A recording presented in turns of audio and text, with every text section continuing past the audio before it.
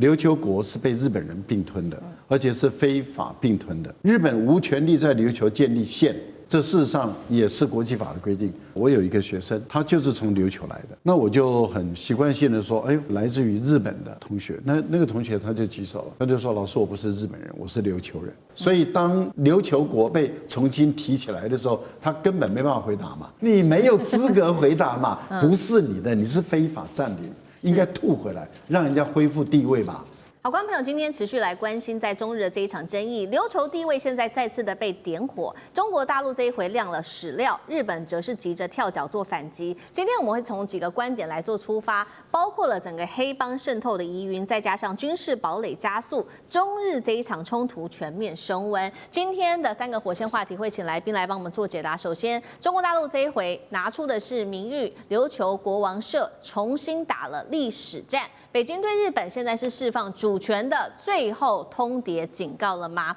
第二件事情来看到，日本现在惊爆出来是中国大陆是否有利用黑帮渗透在冲绳搞认知作战呢？到底日本的指控是真情报，还是东京借此要压制琉球的独立呢？最后我们也会来从军事面，请将军帮我们看到，日本现在在打造的是西南诸岛的堡垒群，全面在加速的建设当中，包括了今天会关注的几个大岛军事化都在做。日本是剑指中国大陆吗？解放军接下来会如何的反击？今天就这些议题，我们都会一次的来做关心。我们要赶快来看到的是最新消息，日本首相高市早苗的台湾有事论推向了中日之间的外交冲突，现在爆出的说，真正的引爆点不是在台湾，而是在琉球地位重新被点火。这一回的争议就在于一场展览，我们要来看到，这是来自于新华社的报道，中国大陆的大连的旅顺博物馆这一回展出了这个展示，名誉琉球国王社引起了各方的关注。他们的这个副馆长是这样说的，他说这样子的一个这道的社谕揭示的就是说，琉球曾经是中国大陆的藩属重要的史实，为日本对琉球侵略的历史也提供了一个重要的一个验证。也就是说，琉球它有明确的指向说它是宗主国跟藩属跟中国大陆藩属之间的一个关系。那针对这样子的一个说法，日本的内阁当然很生气的回呛说，他们不会对中国大陆的任何的评论发表任何的回应，因为他说冲绳本来就是日本领土，这一点不可置疑。好，节目一开始要请教委员来帮我们特别看到中国大陆这一次展示出的名誉琉球国王社有什么样历史意义，能够在琉球独立上面的议题对日本施加多大的压力？委员。到了2次大战的结束的那一天，就是1945年8月15号那一天，中国从来没有一个政府承认琉球是日本的领土 ，never。从清朝到中华民国，到中华人民共和国，没有人承认过琉球是日本的领土，这是一个关键。那证据在哪里？证据就是当中华民国从1945年开始统治台湾的时候，做了一件很重要的措施。如果你是在台的日本人，全部遣返回日本，而且遣返回日本的时候，不可以带超过2000块以上的物品的现金，然后珠宝、股票、债券、房地产都不可以带走。可是，在台湾当时有很多琉球人，外观看起来是日本人，可是他的户籍登记上是琉球人。当时中华民国怎么处理？你是我的藩属国，还是承认他是我藩属国人民？第一个，不用遣返回去琉球，不用没收任何财产，然后你愿意留在台湾工作，还是欢迎你留在台湾工作，不在遣返的名单里面。如果你自愿要回去的，补贴你船费回去。那你要入境台湾，随你便。不受任何签证什么签证嘛。这个是什么？宗主国对待这个藩属国，就是保护国对待被保护国立场。就非常像现在的美国跟帛琉的关系。帛琉老百姓进入美国不用签证，因为你是被保护国，你保护我，我进你我还要签证，这个说不通嘛。那中国对琉球是这个态度。那到了中华人民共和国有没有改变？我不是很确定，但是我知道在中华民国政府时代就是这样对待琉球。清政府从来没有承认过琉球是日本的领土，还是一再以所谓的藩属国。当然后来。这个琉球最早被日本的诸侯叫岛津藩呐，并吞的时候是改向岛津藩称臣，但岛津藩很贼，你跟中国称臣我没有意见，继续，但是你要跟我称臣，为什么？因为当时要跟明朝贸易啊，是要有朝贡关系才能够贸易，所以琉球就借着跟中国的朝贡关系，大做中国生意，不受日本的锁国政策的影响。岛津藩就利用琉球这种地位，假装琉球人跟中国做生意，所以岛津藩赚了很多钱，变成日本很强权的地方诸侯，也变成明治维新里面的一个很大名级的人物，那因为经济利益，所以中国并不晓得琉球是双重臣属，但是到明治天皇上来以后又不一样了，他直接叫琉球处分，有名琉球处分，叫琉球改名叫冲绳，但是中国的文献里面通通叫琉球，在清朝的时候没有人叫过冲绳，好像到了民国开始有人叫冲绳啊，所以我是觉得，如果中国大陆要去恢复原来的自己的政策，有几个重点要注意。第一个重点就是全部改成琉球，不要再改成冲绳，这第一个要求啊。第二个要求的话，要准许琉球人在中国大陆成立琉球国临时政府。就像当时啊，韩国因为在甲午战争打输了啊，这个中国打输，被保护国被攻击了，我保护国有权利有义务出兵嘛。这琉球甲午战争是为韩国打的，不是为台湾打的。然后可是中国当时中华民国时代的时候，是让这个韩国人跑到中国上海来设立一个什么大韩民国临时政府，这很有名，要给他钱，给他资助，在那个一大旁边，这是你这个当藩属国被人家侵略，被人家打垮了，你没有能力去帮忙，那你就要允许他们的人在你的国土里面成立这种临时政府，去搞革命也好，去搞外交也好，你要资助他，这是你宗主国的义务啊。所以表示说，中华人民共和国政府如果很认真的要去帮琉球复国，不管最后成不成功，或者你还是琉球的宗主国，你不承认琉球是日本的领土，中华人民共和国有义务去资助、协助琉球人在中国的任何一个城市成立什么琉球国临时政府。这不是你的慈善，是你该做的。你到底是不是保护国？你是不是宗主国？那如果你不是宗主国，你不是保护国，你就要承认琉球是日本领土啊。这是两个是一个很国际法上是冲突的东西，你只能二选一，你不能战略模糊，这里面没有战略模糊的空间。好，承接蔡委员刚刚帮我们提到，不过现在其实有更猛的一个指控来了，这一个指控是来自于日本自己的国安单位，他说的是不是中国大陆现在在琉球这边在搞所谓的舆论认知作战呢？我们来看到这个日方的最新指控他说中国大陆是透过台湾的黑帮，也就是这个叫做洪门势力，在冲绳插旗推动琉球的独立运动。那他们就做了一个调查，这调查看起来怎么有点像是电影的情节他说呢，这个冲绳的黑帮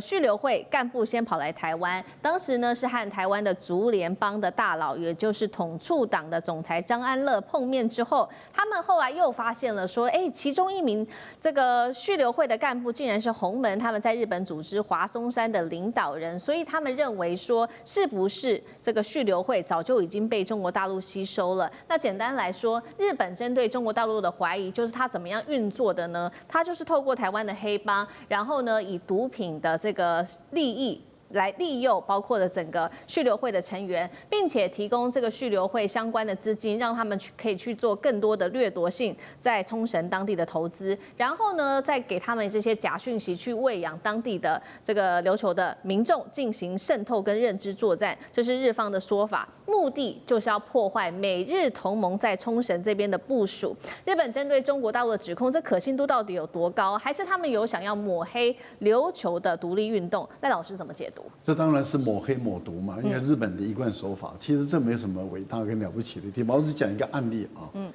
20年前左右，我那时候从法国巴黎大学回来那时候是当客座教授回来的所以我等于是我又再回去巴黎大学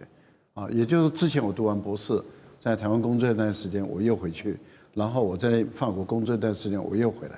我在政大外交研究所读书的时候，我有一个学生研究生他就是从琉球来的。那个时候我一看是我有外籍生，因为我有一位是法国的美国的这个海军官校毕业的学生啊，也在读硕士班在台湾，然后一个是日本来的，那我就很习惯性的说，这个我们有美国来的同学，一个女生啊，美国人，那另外一个来自于日本的啊同学，那个同学他就举手了，他就说老师我不是日本人，我是琉球人。我在强调，他说我是琉球人。这代表什么意思？代表事实上是道地的琉球人，他清楚的知道他不是日本人，他是琉球人。琉球国是被日本人并吞的，而且是非法并吞的。当时美国的这个海军官校的毕业生，那位女军官上尉吧，她也在那边听啊，她也没有意见啊。这代表什么意思？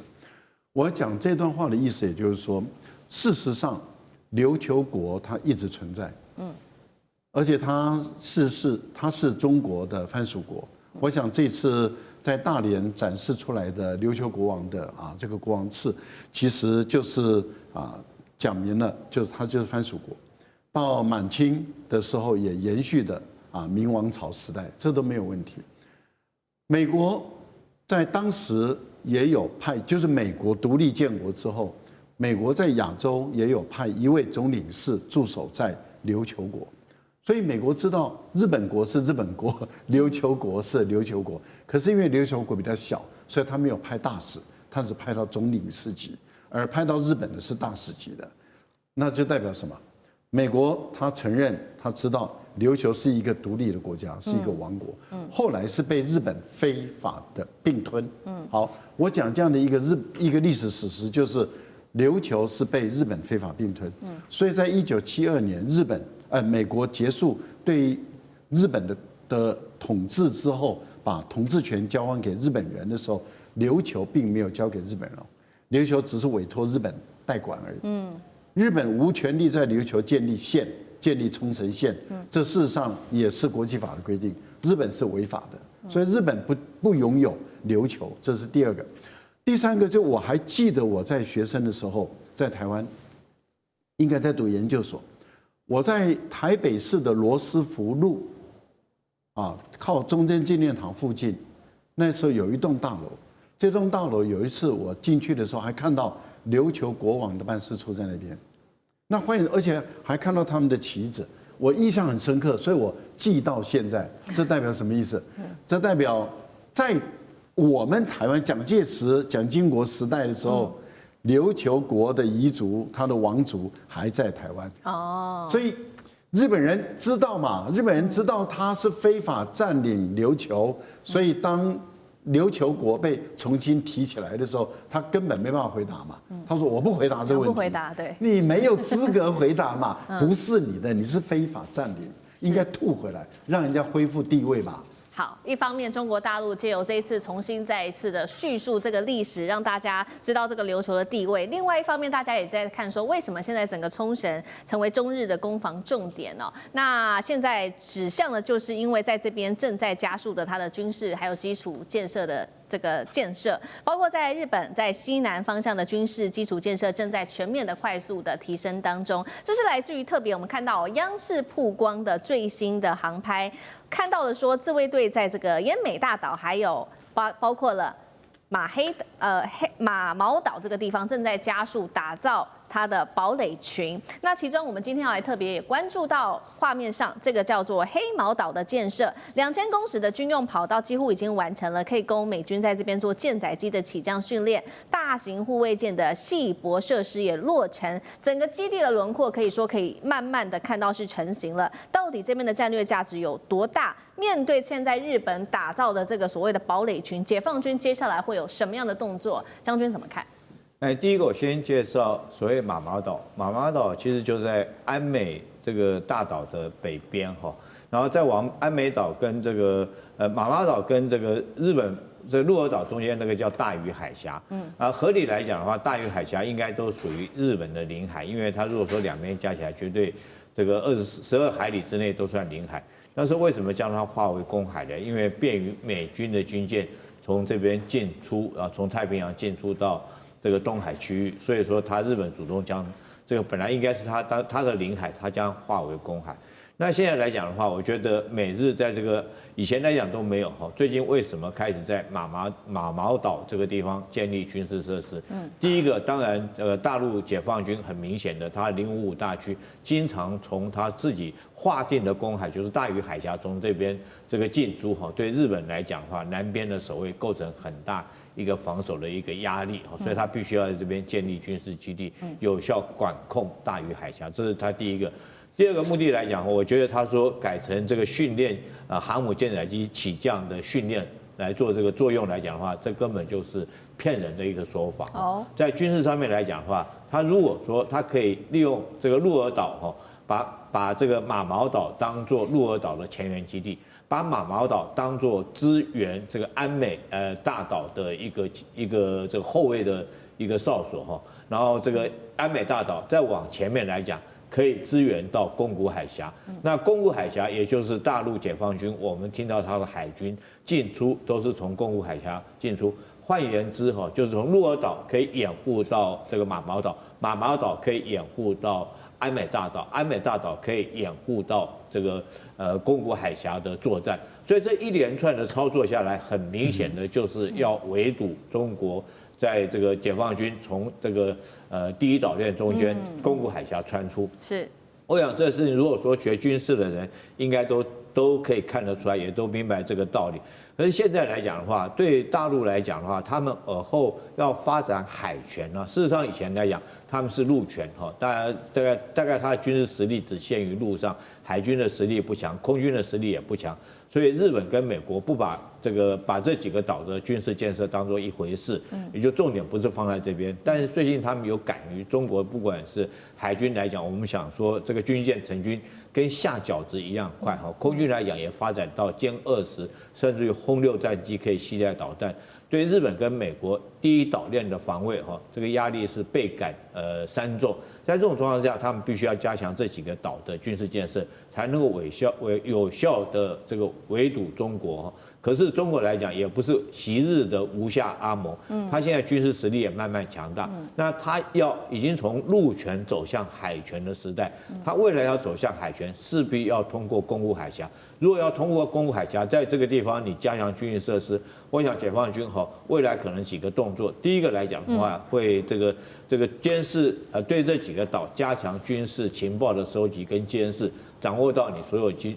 进度，也掌握到你军事设施部署的确实位置，然后将你标定好。那如果说一旦真的是双方在此地开战的话，我想解放军有这个实力，在第一时间将这岛上的军事设施彻底的摧毁。好，针对于中日之间的这一起争议持续的延烧。刚刚我们特别聊到了大陆的杀招，除了在经济跟外交方面上面的杀招之外，现在这边呢，我们要来特别关注大陆在军事上面的另外一个杀招。今天来看到北京尤其是习近平抛出的琉球未定论，正面挑战于来自于日本的主权，并且另外一方面在海陆空3军压境在冲绳，民意也在做反制了。日本被逼到最危险的深渊吗？今天会一起做关心3个火线话题，今天请来宾来帮我们做解答。首先，习近平祭出的这个琉球未定论挑战了冲绳主权，日本会不会被打到最痛的要害呢？另外一方面，大陆包括海陆空现在3军也压境，无人机越界，海警闯钓鱼台，冲绳真的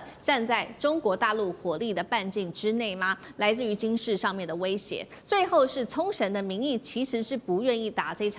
仗的，不想为美军打仗，所以呢，民意反扑日本，2战的恐惧也再次的被唤醒了。北京能否利用冲绳反战的舆论来反制日本呢？今天就这些议题，我们会一起的来做解读。我们赶快来看到这个是最新消息来自于大陆官方的中国日报旗下的一个工作室发布的一个最新的一个重磅影片。这边特别提到，琉球王国呢曾经跟中国大陆维持500年的宗藩关系，1879年的时候才被日本并吞，并且改名为冲绳县。那么这个影片也直接引用了包括了开罗宣言，还有这个波茨坦公告，指出呢日本的领土其实只限于这个4大岛，而刚刚特别提到的这个琉球，其实在当时都没有完全的被定论，明确划分为日本的领土。在另外一方面，这个就已经完全是证实了习近平所提出来的琉球未定论，他所抛出来的这个议题。而大陆其实在冲绳也已经长期透过软性的方式布局了许久的时间。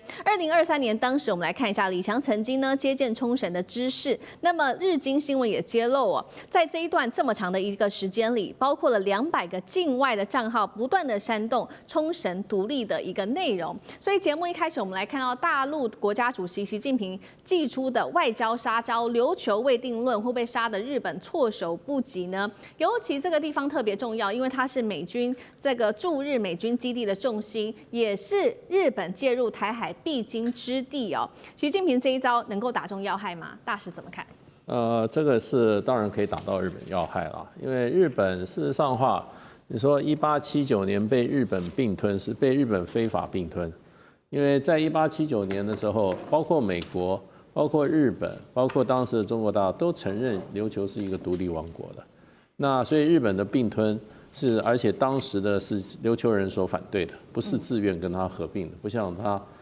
当时这个跟韩国哈。它是日韩同主论以后，它是合并的，韩国并没有太大的反抗。这个琉球是强力反抗的，而且派了使臣到中国去跟李鸿章跟清朝求助。那中国大陆当时也反对，可是因为1895年又发生甲午战争哈，中国大陆连台湾都丢了，所以啊，那就琉球的问题就一直摆着。可是二次大战的时候，在开罗宣言的时候。照我看的历史，当时这个罗斯福跟蒋介石总统就讲说，他说这个我们都知道琉球不是日本的，你们中国有没有意思收回去啊？对不对？那当时蒋介石没有做反应了，后来他怪那个时候王宠惠没有把他讲清楚，因为张宠惠是现场的翻译啊。那这件事情就有点不了了之。可是后来的波茨坦宣言。基本上琉球是要当做它不是就没有就说就不是日本的，所以美军才完全占领以后，当时的处置是要交给联合国，然后联合国然后用托管的方式，最后交由琉球人民用自决的方式决定自己的出路。那日本就很紧张，那琉球人如果给他自决的话，一定是寻求复国的，因为他们有500年的上氏王朝，上氏王朝是一个非常好的地方。那个琉球叫万国金粮，它是这个在南海上重要，这个东海上重要的这个贸易据点。另外一个，它这个国家治理哈，这个当时明朝皇帝颁了一个匾叫它守礼之国，这个国家民风淳朴，然后老百姓生活得非常好。你要说它是群岛还很小的话，它有多少？它有4600平方公里啊，将近5000平方公里啊。那是台湾的大概6分之一、1/7啊，人口有155万啊，不是小地方啊，所以它过去是一个很繁华的一个独立的王国，世外桃源，被日本并吞了。那日本并吞以后，对琉球人是把它当做什么？当做2等公民。琉球人在日本的社会历来都受到很大的歧视啊，他们叫这个琉球人。然后呢，2次大战的时候，美军打日本打的时候。那个时候他们是跳岛战术，所以我们台湾人是很幸运的。那时候美军选了半天，说打琉球不要打台湾，如果打台湾的话，台湾是死伤惨重啊。结果美国直接从菲律宾拿下菲律宾以后，跳岛就跳过台湾，就直接打琉球。那琉球这个战役里面，琉球的老百姓不但被美军死于美军的枪火，也死于日本军阀。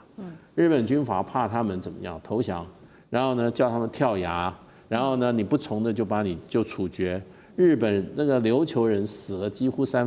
到1/4的人口，所以琉球对于这个日本人是极度有他的戒心的。而琉球的语言文化都跟日本不一样的。你要去琉球去看的话，琉球最多的是什么？跟我们金门一样，风师爷。松狮爷，所以琉球事实上，它过去跟我们福建的关系最深。那琉球人都到福州有个琉球馆去求学经商，都经过福州的。那个时候明朝的时候，要帮助琉球的这个发展，有闽人36姓，就是我们福建人36个姓的人迁居到琉球帮助他的文化提升，各种各行各业的去。所以琉球人很多人都说我是中国人啊，那被日本人是很奇怪的事，而且他是被日本强占的。所以今天这个中国大陆讲琉球问题，只是回归一个国际法上的一个当时的一个合法的一个声明而已。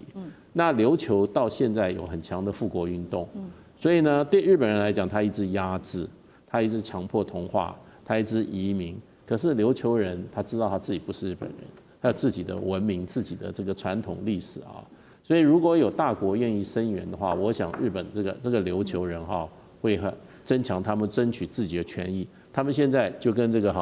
他们这些人就讲说，他们的第2次大战的时候，那个命运要被重演了。日本人又要牺牲他们了，要把琉球当作战场啊，先牺牲琉球人的命啊，来保住日本人的命。所以呢，这个看法在现在琉球很普遍的。是。所以其实我觉得中国大陆提琉球也是在帮琉球人解除一个未来可能的一个整个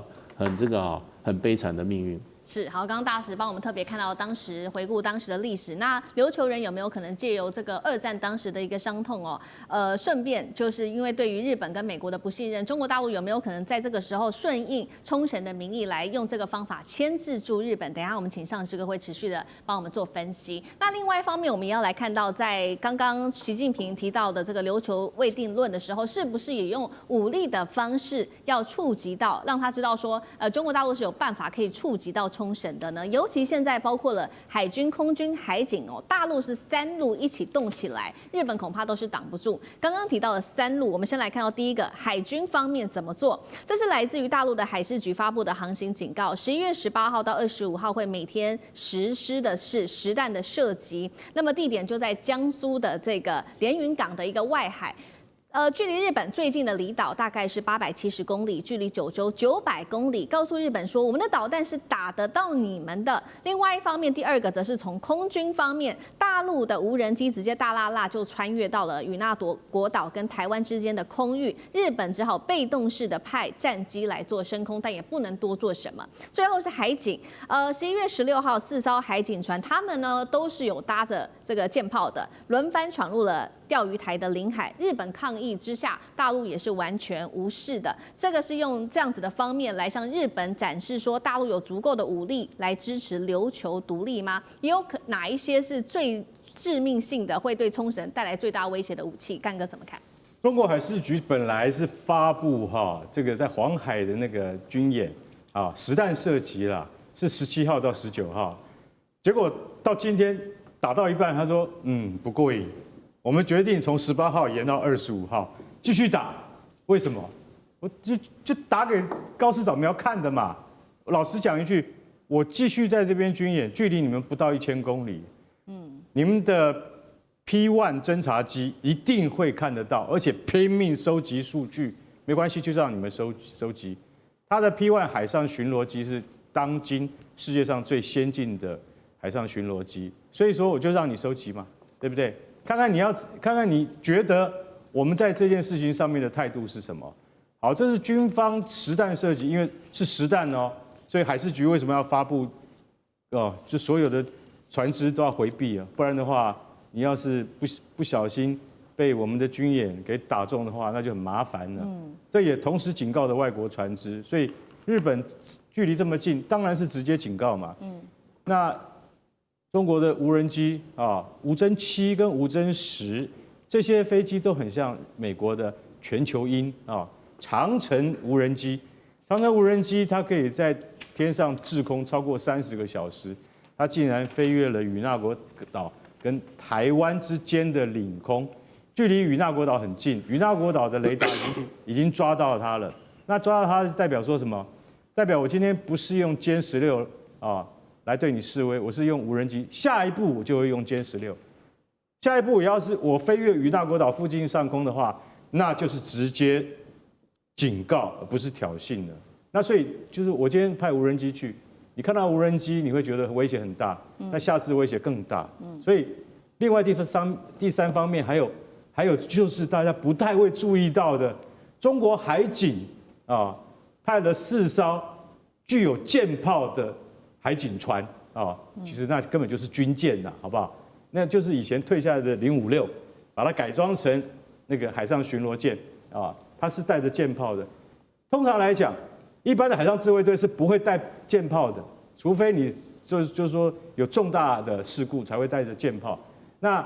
那中国现在带着舰炮，然后我要坦白讲一句，中国在去年已经要登全世界第1大的海上自卫队了，就不是海军哦，海上自卫队哦。10年前日本最大的7000吨的福岛号出来的时候，大家都军事迷都跪下来羡慕。现在中国的最大的海事船兆头级12000吨，日本早就被比下去了。所以在这方三管齐下之下，你就会发现说，其实日本人他受到的压力有多大。不过我们现在还是要讲回来，冲绳地位未定论，当然未定啊。为什么？因为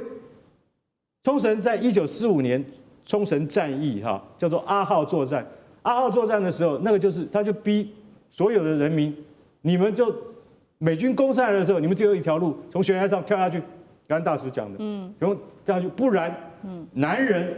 会被枪毙，女人会被性侵啊！你们要选哪一条路？结果刺刀不是对着美军，而是对着自己人。他们真的从悬崖上跳下去了，死了多少人？死了大概30万，相当于当时琉球人口的1/3多一些。所以你就晓得说，琉球人根本是痛恨日本人的嘛。他今天如果他有机会的话，他一定要寻求独立。中国讲的地位未定论是没有错啊。不过我讲一句实在话啦，就像你说台湾有事，你们也有事，你们日本也有事。那如果说我今天讲你的琉球的话，你有什么感觉？你有什么看法？对不对？这是人同此心，心同此理。我觉得日本高市早苗，你应该自己要想一个办法下台阶，不然的话这件事情不能善了。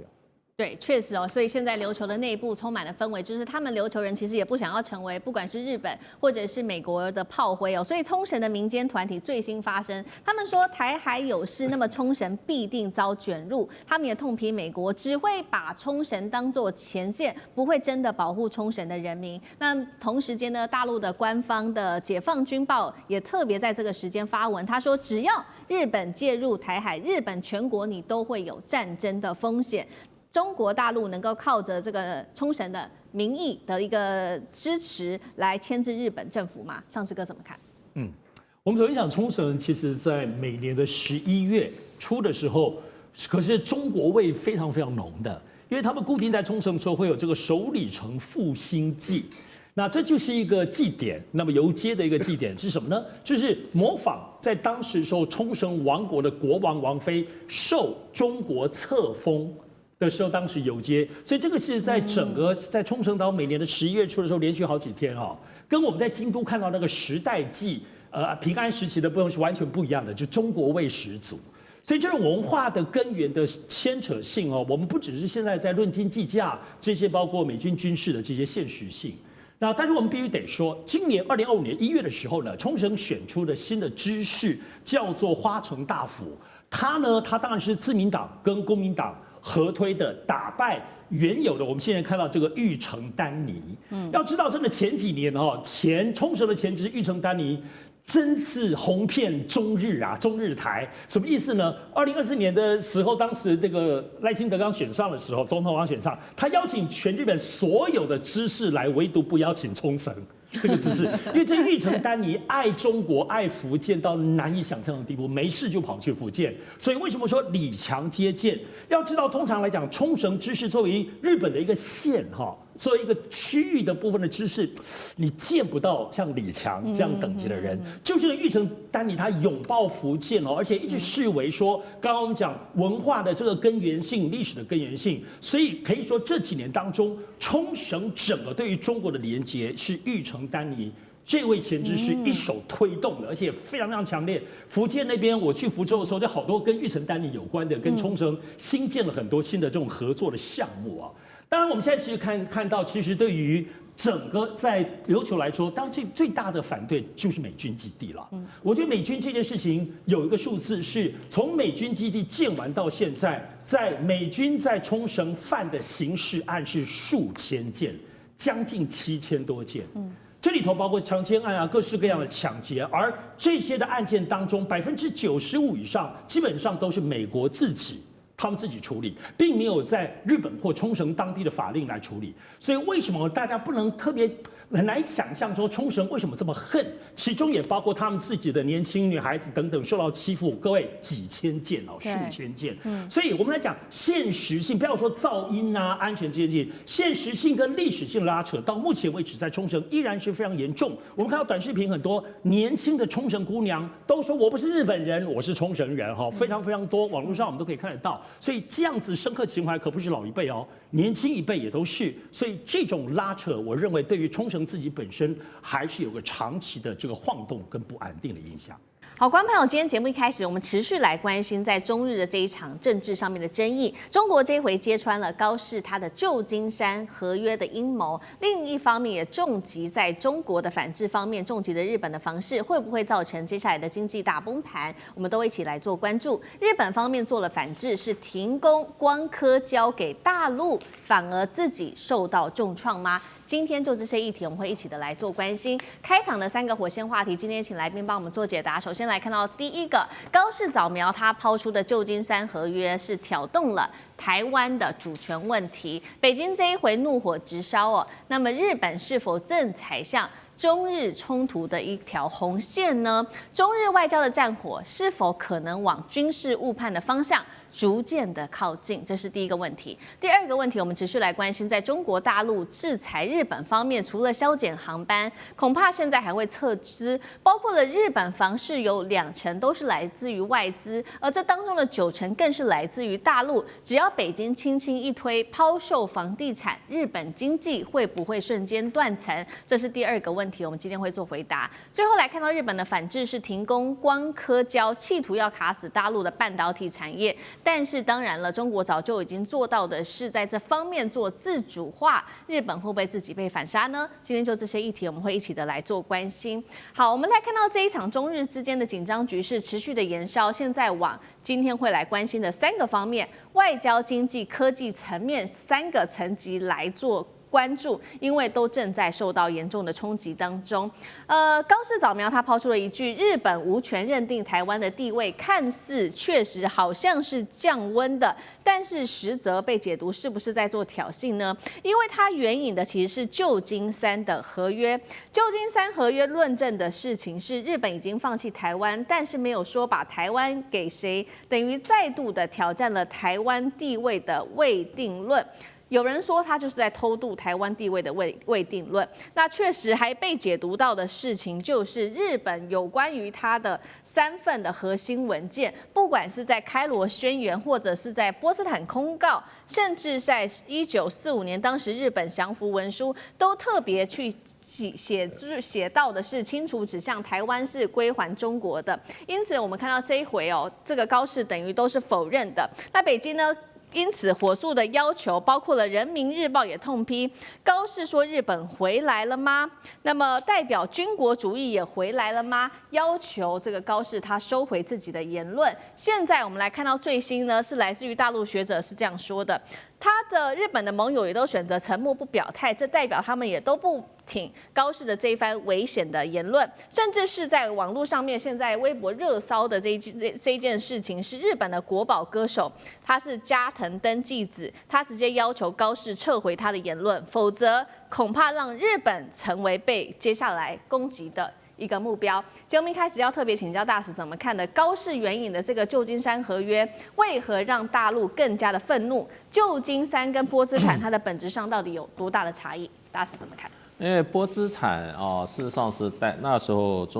是中国跟这个美英联合的一个宣言，那这个开罗宣言也是一样，所以那是代表就是说同盟国大家一个共同的立场。那这里面有一个有关台湾的归属的部分的话，就是它最主要在这个开罗宣言里面写得非常清楚，日本所侵占的中国的领土，包括满洲、台湾、澎湖，还有其他相关地方，都战后要归还给中国。那这个是开罗宣言里面明白写的。那波茨坦宣言最后就是要日本投降。那波茨坦宣言里面也基本上也是引用这个开罗宣言里面最主要的内容。所以呢，那这个日本投降的时候，详述里面就是说日本无条件投降，完全接受波茨坦里面公告里面的宣言里面的所有的条款，没有保留，不准保留。所以波茨坦宣言里面也有提到，继这个开罗宣言以后，里面有提到日本侵占中国的领土满洲，那他不是说领土，他是列举满洲就是东北，台湾、澎湖还包括南海这些诸岛，基本上都要归还给中国，所以这个是写得非常清楚的。那这一句话就变成就是说，这个是日本接受这个波茨坦宣言宣布无条件投降以后，他就已经接受了。那他放弃这些领土，而且把这些领土呢都归还给中国了。所以他在接受的时候，他就等于说法律上就说我同意，因为我同意你的宣言，就是我同意里面所有条文嘛。可是呢，二次大战结束以后，很快的冷战就开打了，就世界就分为2个阵营了。那所以就变成这个对日这个基本上各国的对日还要签一个合约的部分呢，就一直延宕，没有办法签。而且中国大陆，我那时候最主要还是我们中国本身进入内战，有2个不同的政权在争夺，那就变成就是说这个时候就签这个约的时候，美国来主导。美国来主导的时候，当然他就把怎么样，就把这些尽量把世界各国都找过来。可是那时候我们中国大陆是因为我们台湾跟美国的对中国的政策的问题呢，所以他两边都没有邀请，两边都没有邀请，所以我们就没有参加旧金山合约。所以对于我们来讲的话，大陆对跟日本之间也没有一个结束战争的状态。那么就是说个别的那我们中华民国在台湾也没有跟日本一个结束战争的状态。那最后是怎么样呢？那因为那个旧金山合约的时候，美国做东就没有邀请两边，然后他邀请了谁？邀请了苏联，邀请了这个波兰，邀请了捷克这些国家邀请，可是这些国家他觉得这个里面的条约我不赞成，很多东西我们没有讲清楚，所以虽然他们参加了会议，可是呢，他们没有签名，就退出了，所以就变成这个对中国大陆来讲是不承认这个旧金山合约的，因为没有参加嘛，所以要谈到中国大陆跟日本的关系，就要归咎到1971年他们关系正常化时，那是有个重要的3个建交相关的文件，那建交公报里面就对台湾问题就讲清楚了，有一条非常清楚，就是说日本了解并尊重台湾是中华人民共和国的不可分割的领土，所以这一条所以中国大陆就会讲说，我们台湾问题不是讲清楚了吗？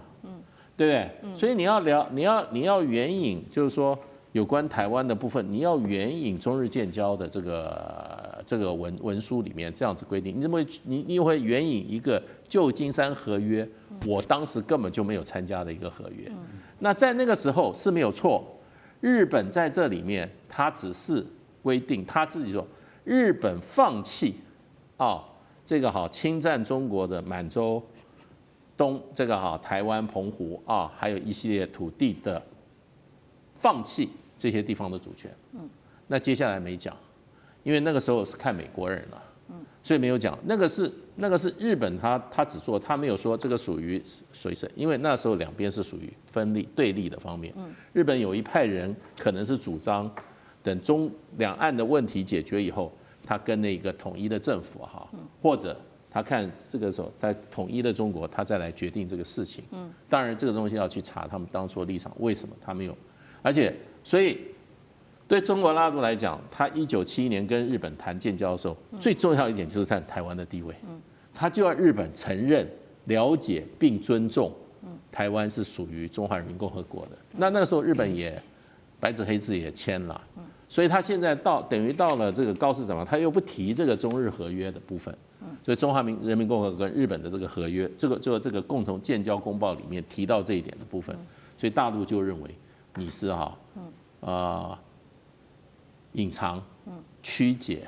引用错误的文件，你是故意想要开倒车，那所以对这个事情就大陆这边反应非常的强烈，主要原因是这样。好，我们就看到大陆网友现在越来越生气，就是痛骂说高市援引错误的公告，就是这个特别用的是旧金山合约，不是用波茨坦公告所以呢，持续的大陆它针对日本经济的反制持续的进行当中，尤其确实现在日本的经济本来它的经济成长率就已经非常的低了，现在更是直接造成他们的通膨失控尤其在金融表现方面，看到日股也急挫了1000点 ，CPI 连续51个月已经涨超过2%了。当然，先前我们提到过的，就是大陆大幅取消的赴日航班持续的进行当中，也导致后续包括整个在东京的大量订房也都消失了。现在旅游产业也都哀鸿遍野。现在大家最关心的一点就是说，会不会接下来造成日本房市的一个重击呢？因为现在在不管是东京湾或者是高级公寓，有20%左右其实都是外资买的，而这20%当中更是有90%都是中国大陆的买家。日本媒体已经寄出最新的警告了，他说大陆中国人只要集体撤出，日本房市就会受到重挫，会导致高市的政治支持度、经济快速崩盘吗？尚志哥怎么看？没有错，现在有关于中日当中的这个对峙情形，我们盘点一下。首先，在网络上，当然中日的部分的网民，大家也都有互相攻击，都很火热。产业面，首先这些消息是老牌的这个 Canon 就突然停工，在大陆突然停工，所以变成造就中国大陆有超过1000人突然失业，这可能也是日本方面，你不能说是报复就大家看产业不太对劲，也要有所因应。除此之外呢，中国大陆日本方面的大中小型的这个企业，包括中小企业，有很多都需要靠进出口，都是中国大陆有关的，无论出口到大陆或从大陆进口很多的东西，那这方面的影响跟 Canon 一样开始产生了。除此之外的话，刚提到这个航班取消很多，这几天在日本的很多的机场可以看到，有非常多人，包括深夜的红眼班机，满满的都是中国大陆。可能是一些学生，可能是到那边游学或各方面的这种侨民等等，大量的撤回中国大陆，所以这里头也引起关注，是什么？要军事行动吗？是有任何的惊慌吗？因为这个当中做了满满的深夜航班，将近90%以上全都坐满，为什么所以这个当中当然也有人说，因为航班大幅度的减少，后面就没有航班可以坐了，所以大家算算赶快走，有可能。所以说就房地产了房地产现在刚刚开始，因为已经有传出先前准备要做交易，中国大陆在全日本各地买的，包括城市包括前阵子日本很喜欢买一些乡下的日本房地产，包括日本大陆人也买了神社，连庙都被人家买了所以这些据说现在进行到一半还有付款或最后签约的很多都喊停。所以房地产这消息不是耳语，是已经在发生。但现在就是说，已经买了的这些部分会不会卖掉呢？要知道，其实这10多年来，日本的房地产在泡沫化当中低迷了已经几十年。就是这10年慢慢的回涨当中，最重要的力量不是欧美，就来自中国大陆的部分的买家。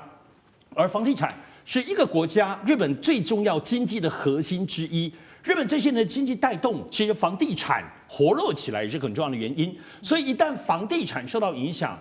影响的东西又会回到什么？就是股市。我讲股市当中跟房地产、制造业、建筑业有非常非常多的这些都会连带受影响。那我们最近看到的观光包括消费的东西，只是刚开始而已。所以现在日本的股市、汇率、汇市就日币的部分，还有他们的债市。股汇债现在日本都在波动那目前还没有完全失控，股市的部分的变化很大，但这就对高市早苗自认为他是安倍晋三的这个接班人，他就是股汇市，包括股市、汇市以及那么所谓的债市，他可以3件的都在手上，可以掌握来推动日本经济。这个部分就是中国大陆对它的当庭棒喝了。如果房地产的话，更会进一步的影响。但我们知道，其实现在大家关注的东西都是军事有没有军事层面的问题？因为如果有任何中国大陆采取任何直接、间接的军事手段，因为现在刚刚如同大师讲的，就定义你就是战败国，定义你就是军国主义了。而不是当代的日本高市早苗日本。中国大陆现在定义的日本就是几乎可以打你，因为就是这个大家的这个仇恨值跟历史包括赔偿的种种的这些要来大清算。而高市早苗说这些话到现在还不道歉，现在还在说旧金山宣言的部分，就是因为他觉得你不会打我嘛，你不敢。可是中国大陆真的不敢吗？所以这个部分的边界要知道，外交施压，因为习近平已经讲话了，现在会继续施压，但不会有更大的施压了。中国大陆后面就是行动，所以除了房地产，我认为要关注军事行动有没有逐渐或接下来就会发生。好，中国大陆的反制现在一开始是从消费开始，已经确实受到影响，接下来还会持续关心，不管是股汇债到房市，甚至最终会不会用到军事手段，都会值得我们持续的做关注。另外一方面，当然了，日本方面也祭出了最新的反制，日本打的是科技战，尤其他现在掌握全球70%的光刻胶现在传出呢，来自于媒体的报道。日本可能对中国来断供它的光刻胶，那同一时间到底大陆会不会受到影响，我们也要持续做观察。尤其现在大陆其实也在自己做光刻胶，国产的光刻胶，不管是在北京啊、上海、深圳这些大城市的企业都在做量产。另一方面，大陆的好友这个俄罗斯也在着手做这个光刻胶的产线，打造中俄半导体的自立圈。所以对于日本的停工，对大陆影响到底大不大？干哥又怎么看？光刻胶就是光阻剂啦，光阻剂是什么？就是你在那个将电路的图案，你要把它转移到晶圆片上面的一种制程技术。那日本垄断了全球70%以上，所以它就像稀土是中国垄断是一样道理。那日本在这光刻胶也就是光阻剂上面，它已经这个投入几十年，所以它是非常有经验、有历史的。所以在这方面，连美国和欧盟都是要靠日本提供光阻剂这样的东西。那你现在突然上礼拜他们闹得最凶的时候，突然网络上面有消息说，日本已经现在暂时不供应光阻剂了。哇，那新闻很大。为什么？你知道光阻剂是一种不能留的东西，也就是说它的保存期限，不管你在恒温控制下，只有6到12个月。最多不能超过1年，它没有用。所以它不像晶圆，你可以去囤的，对，囤不了的那是一种高阶产品。那现在的问题就出现在于说，那东西不能囤的话，那日本一旦不供应的话，那中国怎么办？中国在2021年的时候，中芯国际碰到过一次，有一家公司日本的叫做信越化学，信越化学那个时候暂时终止了提供光阻剂害中芯当季的产能下降20%，这很严重的。对，所以现在网络上面出现这个讯息的时候，你就会然后中国的网民就非常紧张，是真的还假的？我现在告诉各位，官方没有证实，日本官方没有证实，现在要对于光阻剂也就是光刻胶进行什么？进行这个也就是说减产或者说减少供应给中国，还没有，但是会不会？可能会，为什么？只要这个局势中日之间的关系没有再改善的话，恐怕就会这样子做了。那其实，在 EUV 或者 DUV 这些深紫外光或者是那个极紫外光机上面，都需要用到这样的材料。那日本准备要用这样的材料来对付中国吗？我可以告诉各位，中国没有第二句话，马上就可以让你的电动车不要动。为什么？跟日本的稀土交易马上暂停。跟把滨崎步赶出上海是一样的道理，马上就这样做，甚至可以像你说那个唱那个海贼王最后的那个片尾曲的那个大龟珍惜有没有？从台上直接拉下来，中国绝对做得到，让你难堪到这种地步。所以我觉得啦，中国在跟日本的谈判之中态度已经很明确了。现在我坦白讲，高市早苗，你没有第二条路可以走，你只有真的。用实质的道歉，不要再扯到旧金山合约，那没有用，因为旧金山合约根本就是一个，你为什么不讲开罗宣言？你为什么不讲波茨坦宣言？你为什么不讲？就是因为你想要规避嘛，你这种规避的态度只会让中国当局更讨厌你，而且这不是解决问题的方法。